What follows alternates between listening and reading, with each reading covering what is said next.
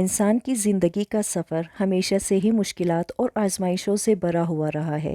کبھی رزق کی تنگی، کبھی بیماری کی مار، تو کبھی معاشرتی ناانصافی انسان کو گھیر لیتی ہے۔ ایسے میں جو لوگ صبر اور ایمان سے کام لیتے ہیں، اللہ تعالیٰ ان کی مدد کرتا ہے، کبھی ظاہری اسباب کے ذریعے تو کبھی غیبی طور پر۔ یہ کہانی ایک ایسے ہی غریب مزدور کی ہے جس کے گھر والوں نے انتہائی مشکل حالات میں بھی ہمت نہ ہاری اور آخر کار جنات کی صورت میں انہیں ایک غیر معمولی امداد ملا۔ احمد نامی یہ مزدور ایک چھوٹے سے گاؤں میں رہتا تھا۔ اس کی زندگی کا واحد سہارا اس کی محنت تھی، مگر اس کی محنت بھی اسے اور اس کے خاندان کو 2 وقت کی روٹی تک محدود رکھتی تھی۔ ایک دن اس کی بیوی شدید بیمار پڑ گئی اور ڈاکٹروں نے مہنگا علاج بتایا۔ احمد کے پاس نہ تو پیسے تھے، نہ ہی کوئی سہارا۔ ایسے میں اس نے اللہ کے حضور گڑ گڑا کر دعا کی۔ کیا اسے کبھی اندازہ بھی تھا کہ اس کی پکار سنی جائے گی، مگر ایک ایسے رستے سے جس کا اس نے کبھی تصور بھی نہیں کیا تھا۔ یہ کہانی صرف ایک مزدور کے غم اور اس کے جدوجہد کی نہیں، بلکہ اس بات کی گواہی بھی ہے کہ جب انسان اپنی تمام تر کمزوریوں کے باوجود اللہ پر بھروسہ کرتا ہے تو پھر اس کی مدد کے لیے زمین اور آسمان کی طاقتیں بھی متحرک ہو جاتی ہے، چاہے وہ انسان ہو یا پھر جنات۔ احمد ایک چھوٹے سے گاؤں کے کنارے پر ایک جھونپڑی میں رہتا تھا۔ اس کی جھونپڑی کچی اینٹوں اور بانس کی چھت سے بنی ہوئی تھی، جس میں موسم کی سختی سے کوئی خاص تحفظ نہ تھا۔ گرمیوں میں دھوپ چھت سے اندر تک اتر آتی اور سردیوں میں ہوا کے تیز جھونکے دراڑوں سے گزر کر اندر تک رسائی کر لیتے تھے۔ احمد کا خاندان بہت چھوٹا تھا۔ اس کی بیوی زینب، بیٹا عمر جو 12 سال کا تھا اور بیٹی فاطمہ جو صرف 8 سال کی معصوم بچی تھی۔ زینب اکثر بیمار رہتی تھی کیونکہ گھر میں خوراک کی کمی تھی اور صاف پانی کا بھی انتظام نہ تھا۔ احمد دن بھر شہر کے نواحی علاقے میں مزدوری کرتا، کبھی اینٹوں کے بٹے پر تو کبھی کھیتوں میں کام کرتا۔ اس کی مزدوری بمشکل ہی گھر کے لیے 2 وقت کی روٹی کا بندوبست کر پاتی۔ ایک دن جب احمد شام کو تکا ہارا گھر لوٹا تو اس نے دیکھا کہ زینب زمین پر بے ہوش پڑی ہے۔ عمر اور فاطمہ رو رہے تھے۔ پڑوسی عورتیں جمع تھیں اور کسی نے پانی کے چھینٹے مارے تو زینب ہوش میں آئی۔ احمد کا دل دہل گیا۔ اس نے فوراً قریبی حکیم صاحب کو بلایا، جنہوں نے زینب کو دیکھنے کے بعد کہا، یہ کمزوری اور خون کی کمی ہے، اسے فوری طور پر دوا اور اچھی خوراک چاہیے ورنہ حالت مزید بگڑ سکتی ہے۔ احمد کے پاس تو دوا خریدنے کے لیے پیسے ہی نہیں تھے۔ اس نے حکیم صاحب سے التجا کی کہ وہ کچھ دنوں کے لیے ادھار دے دے، مگر حکیم صاحب نے معذرت کر لی۔ بیٹا، میں خود غریب آدمی ہوں، اگر ہر مریض کو ادھار دوں تو میرا گھر کیسے چلے گا؟ رات کو احمد اپنی جھونپڑی کے باہر کھجور کے درخت کے نیچے بیٹھا اور آنسوؤں سے بھری آنکھوں سے آسمان کی طرف دیکھتے ہوئے دعا مانگی۔ یا اللہ، تو ہی رازق ہے، تو ہی شافی ہے، میرے پاس کوئی نہیں سوائے تیرے۔ میری بیوی مر رہی ہے، میرے بچے بھوکے ہیں، اگر تو چاہے تو ایک پل میں میری ساری پریشانی دور کر سکتا ہے، میری مدد فرما، میری مدد فرما۔ اس کی دعا ختم ہوئی تو ہوا کا ایک ٹھنڈا جھونکا آیا، جیسے کوئی غیبی طاقت اس کے قریب موجود ہو۔ احمد نے اپنے آپ کو سنبھالا اور گھر کے اندر چلا گیا، یہ سوچتے ہوئے کہ کل وہ شہر جا کر کسی سے قرض لے گا، چاہے اسے اپنی جان ہی کیوں نہ گروی رکھنی پڑے۔ صبح سویرے احمد نے اپنے بچوں کو حکم دیا، عمر، تم ماں کی دیکھ بھال کرنا، فاطمہ، ماں کو پانی پلاتی رہنا، میں شہر جا کر کچھ رقم کا بندوبست کرتا ہوں۔ احمد نے اپنی پرانی سائیکل نکالی جو کب کی زنگ آلود ہو چکی تھی۔ رستے میں اس کے ذہن میں خیالات کا ہیجان تھا، کون مجھے قرض دے گا؟ اگر میری بیوی کی حالت بگڑ گئی تو بچوں کو کھانا کیسے ملے گا؟ شہر پہنچ کر احمد سب سے پہلے اپنے کام والے کھیت کے مالک کے پاس گیا۔ مالک نے کہا، تمہارے 4 مہینے کی تنخواہ باقی ہے، مگر ہم اس وقت کسی کو ادائیگی نہیں کر سکتے۔ دوپہر تک احمد نے 3 اور جگہوں پر کوشش کی، مگر ہر جگہ ناکامی ہی ہاتھ لگی۔ شدید گرمی میں جب وہ تک کر ایک درخت کے نیچے بیٹھا تو اس کی نظر ایک بینک کے بورڈ پر پڑی۔ اس نے سوچا شاید یہاں سے قرض مل جائے۔ بینک میں کلرک نے کہا، کولیٹرل کے بغیر قرض نہیں مل سکتا، کیا آپ کے پاس کوئی جائیداد ہے؟ احمد کی آنکھوں کے سامنے اندھیرا چھا گیا۔ وہ بینک سے باہر نکلا تو شام ہو چکی تھی۔ اس نے اپنے خالی ہاتھوں کو دیکھا اور دل ہی دل میں رونے لگا۔ رات کے اندھیرے میں جب وہ واپس گاؤں کی طرف جا رہا تھا تو اچانک اسے ایک عجیب سی روشنی نظر آئی۔ راستے سے ہٹ کر اس نے دیکھا کہ ایک پرانا قبرستان ہے جہاں ایک مزار پر نیلی روشنی جگمگا رہی ہے۔ احمد کے رونگڑے کڑے ہو گئے۔ وہاں سے ایک دھیمی آواز آئی، اے محتاج انسان، اگر تو مشکل میں ہے تو ہماری مدد لے سکتا ہے۔ احمد نے ڈرتے ڈرتے پوچھا، آپ کون ہیں؟ آواز نے جواب دیا، ہم اس زمین کے رہنے والے ہیں، ہم جانتے ہیں تمہیں کس چیز کی ضرورت ہے۔ احمد کے جسم پر ایک لرزہ طاری ہو گیا۔ وہ سمجھ نہیں پا رہا تھا کہ یہ آواز کہاں سے آ رہی ہے۔ اچانک مزار کے پیچھے سے ایک لمبا قدامت سفید لباس میں ملبوس شخص نمودار ہوا۔ اس کی آنکھیں چمکدار تھی اور چہرے پر ایک عجیب سی روشنی تھی۔ ڈرو مت احمد، اس شخص نے نرمی سے کہا، ہم تمہاری پریشانی جانتے ہیں، تمہاری دعا نے ہمیں بلا لیا ہے۔ احمد کا گلا خشک ہو گیا اور ہکلا کر بولا، آپ کون ہیں؟ ہم اس زمین کے اصلی باشندے ہیں، اس شخص نے مسکراتے ہوئے کہا، ہمیں تمہارے بزرگ جن کہتے تھے، ہماری دنیا تمہاری دنیا کے ساتھ ہی موجود ہے مگر عام نظر نہیں آتی۔ احمد نے دل میں سوچا، کیا میں خواب دیکھ رہا ہوں؟ اس نے اپنے گال پر تپڑ مارا، نہیں، یہ خواب نہیں تھا۔ اگر تم اپنی بیوی اور بچوں کو بچانا چاہتے ہو تو ہمارے ساتھ چلو، جن نے اپنا ہاتھ بڑھاتے ہوئے کہا۔ احمد نے ہچکچاتے ہوئے اس کا ہاتھ پکڑ لیا۔ اسی لمحے وہ دونوں زمین میں دسنے لگے۔ احمد نے آنکھیں بند کر لی۔ جب اس نے آنکھیں کھولی تو وہ ایک شاندار محل کے سامنے کھڑا تھا۔ محل کی دیواریں چمکتی ہوئی سونے کی تھی اور ہر طرف نیلی روشنی پھیلی ہوئی تھی۔ خوش آمدید احمد، ایک اور جن نے اس کا استقبال کیا۔ اس کے پیچھے درجنوں جن کھڑے تھے۔ ہم تمہیں ایک پیشکش کرنا چاہتے ہیں۔ احمد نے حیرت سے پوچھا، پیشکش؟ کون سی پیشکش؟ جنوں کے سردار نے آگے بڑھ کر کہا، ہم تمہیں خزانہ دے سکتے ہیں، تمہاری بیوی کو شفا دے سکتے ہیں، تمہارے بچوں کو تعلیم دلوا سکتے ہیں، مگر اس کے بدلے ہمیں تمہاری بیٹی فاطمہ چاہیے۔ احمد کے پیروں تلے زمین نکل گئی۔ وہ چیخ کر بولا، میری بیٹی؟ نہیں، یہ تو ہو ہی نہیں سکتا۔ تمہارے پاس سوچنے کا وقت ہے، سردار نے سنجیدگی سے کہا۔ کل رات ہم تمہیں دوبارہ ملیں گے، اپنا فیصلہ سمجھداری سے کرنا۔ اسی لمحے احمد نے خود کو اسی قبرستان میں پایا جہاں اس نے سفر شروع کیا تھا۔ وہاں نہ کوئی جن تھا، نہ ہی کوئی محل، صرف خاموشی اور چاند کی مدھم روشنی تھی۔ رات گئی۔ جب احمد اپنی جھونپڑی کے دروازے پر پہنچا تو اس کے ہاتھ پاؤں کانپ رہے تھے۔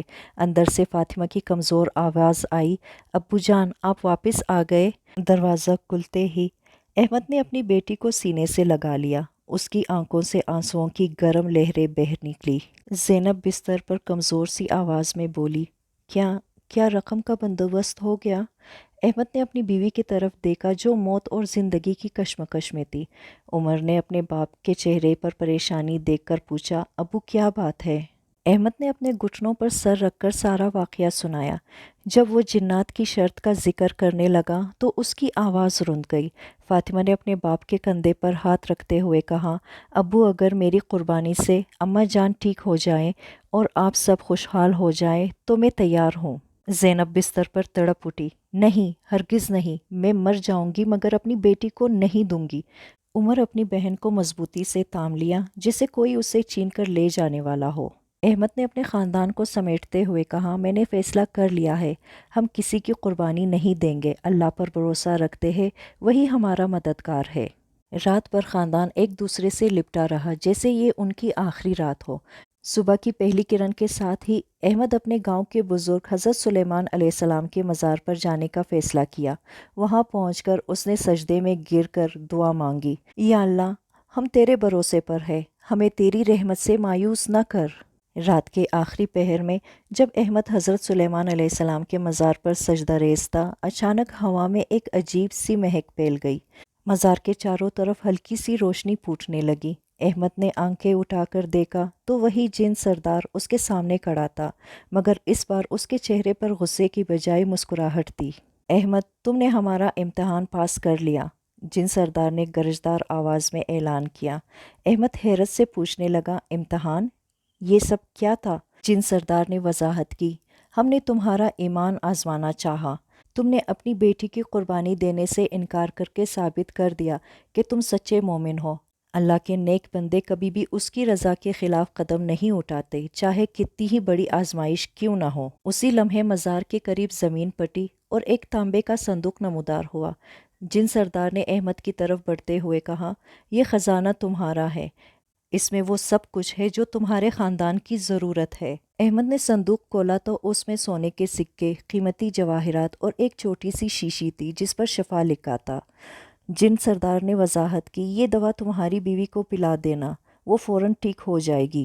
احمد کی آنکھوں میں آنسو تھے جب اس نے پوچھا، آپ نے یہ سب کیوں کیا؟ جن سردار نے جواب دیا، حضرت سلیمان علیہ السلام کے زمانے سے ہم ایمانداروں کی مدد کرتے آئے ہیں، تمہاری دعا نے ہمیں بلا لیا تھا، اب ہم تمہیں ایک اور تحفہ دیتے ہیں، ہمیشہ کے لیے تمہارے خاندان کی حفاظت۔ صبح ہوتے ہی احمد خوشی سے بھرپور گھر پہنچا۔ اس نے فوراً زینب کو دوا پلائی۔ چند لمحوں بعد زینب نے پہلی بار بستر سے اٹھ کر اپنے بچوں کو گلے لگا لیا۔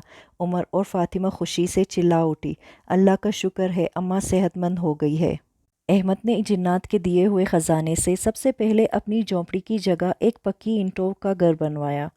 گاؤں والے حیران تھے کہ یہ غریب مزدور اچانک کیسے خوشحال ہو گیا، مگر احمد ہر کسی کو صرف اتنا ہی بتاتا، یہ سب اللہ کا فضل ہے۔ فاطمہ اور عمر اب اسکول جانے لگے، گاؤں کے اسکول میں سب سے ہوشیار طالب علم بن گئے۔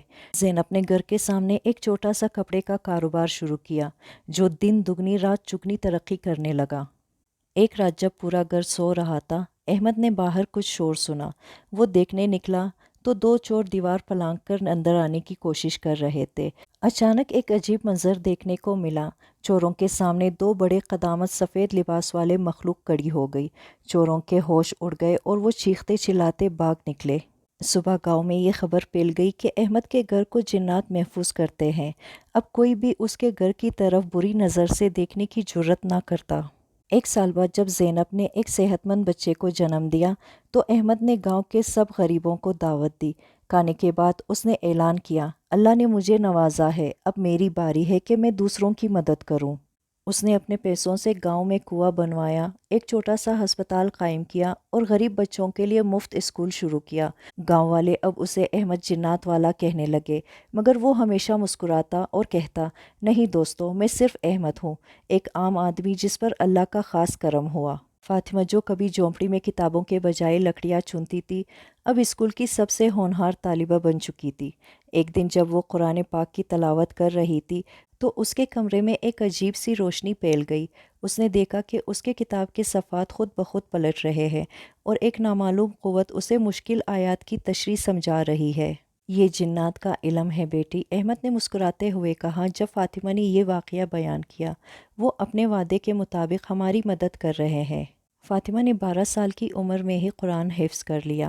جب ضلع بھر کے علماء نے اس کا امتحان لیا تو وہ حیران رہ گئے کہ نہ صرف اسے پورا قرآن یاد ہے بلکہ ہر آیت کی تفسیر اور شان نزول بھی معلوم ہے۔ قاضی صاحب نے کہا، میں نے 60 سال کی عمر میں ایسی ذہین بچی نہیں دیکھی۔ اسی سال عمر نے گاؤں کے لیے ایک انوکھا ایجاد کیا، ایک ایسا پمپ جو بغیر بجلی کے کنویں سے خود بخود پانی کھینچ لیتا تھا۔ جب لوگوں نے پوچھا کہ اسے یہ خیال کیسے آیا تو عمر نے بتایا، میں نے خواب میں دیکھا تھا جیسے کوئی میری رگوں میں علم انڈیل رہا ہو۔ احمد کا گھر اب گاؤں کا مرکز بن چکا تھا۔ ہر جمعرات کو فاطمہ خواتین کو قرآن پڑھاتی جبکہ عمر نوجوانوں کو نئے ایجادات سکھاتا۔ زینب نے اپنے چھوٹے سے کاروبار کو ایک بڑی دکان میں بدل لیا تھا جہاں سے وہ غریب لڑکیوں کو مفت سلائی کڑھائی سکھاتی تھی۔ ایک رات احمد نے خواب میں جن سردار کو دیکھا، وہ مسکراتا ہوا کہہ رہا تھا، تمہاری اولاد کے ذریعے ہم نے اپنا وعدہ پورا کیا، اب یہ گاؤں تمہاری نسلوں کی بدولت پورے علاقے میں مشہور ہوگا۔ صبح ہوتے ہی احمد نے اپنے خاندان کو جمع کیا اور کہا، اللہ کی رضا کے لیے ہم نے جو کچھ پایا ہے اب ہمیں اسے اور لوگوں تک پہنچانا ہے۔ اس دن سے انہوں نے گاؤں کے ہر بچے کو تعلیم دلوانے کا عہد کیا۔ احمد کے گھر سے شروع ہونے والی تبدیلی نے پورے گاؤں کی تقدیر بدل دی۔ وہ جگہ جو کبھی غربت اور جہالت کی دلدل میں پسی ہوئی تھی، اب علم اور خوشحالی کی روشنی میں جگمگانے لگی۔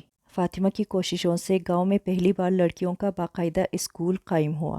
شروع میں تو لوگوں نے مخالفت کی، لڑکیوں کو پڑھانے سے گھر بگڑ جاتے ہیں، مگر جب فاطمہ نے گاؤں کی 10 لڑکیوں کو قرآن پاک کے ساتھ جدید علوم پڑھا کر ضلع بھر میں اول پوزیشن لائی تو مخالفین کے منہ بند ہو گئے۔ عمر کا بنایا ہوا بجلی کے بغیر چلنے والا پمپ تو صرف آغاز تھا، اب اس نے ایک ایسا حل بھی ایجاد کر لیا جو بیلوں کی جگہ پانی کی قوت سے چلتا تھا۔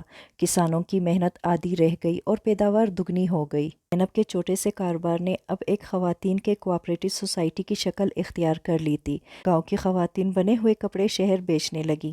پہلی بار گاؤں کی عورتوں کے ہاتھوں میں اپنی کمائی ہوئی رقم آئی۔ احمد نے جنات کے دیے ہوئے خزانے سے ایک چھوٹا سا ہسپتال بنوایا جہاں ہفتے میں 2 بار ڈاکٹر آتا۔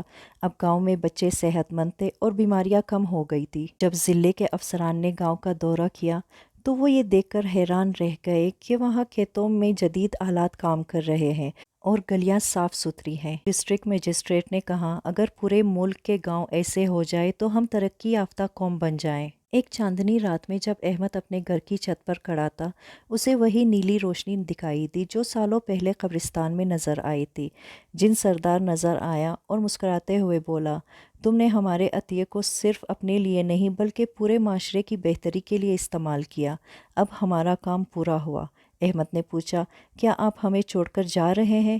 سردار نے جواب دیا، ہماری حفاظت کی ضرورت اب تمہیں نہیں، تم خود اب دوسروں کے محافظ بن چکے ہو۔ صبح ہوئی تو گاؤں والوں نے دیکھا کہ احمد کے گھر کے سامنے ایک نیا بورڈ لگا ہے، خدمت خلق عبادت ہے۔ کئی سال گزر گئے۔ احمد اور زینب اب بوڑھے ہو چکے تھے، لیکن ان کی اولاد نے گاؤں کی تقدیر بدلنے کا سلسلہ جاری رکھا ہوا تھا۔ آج یہ گاؤں پورے علاقے میں روشنی گاؤں کے نام سے مشہور ہے۔ فاطمہ اور عمر کی اولاد اب بھی اس گاؤں کی ترقی کے لیے کام کر رہی ہے۔ احمد نے ثابت کیا کہ اگر نیت صاف ہو اور دل میں دوسروں کی بھلائی کا جذبہ ہو تو اللہ کی مدد کبھی نہیں چھوڑتی، چاہے وہ انسانوں کی صورت میں ہو یا جنات کی۔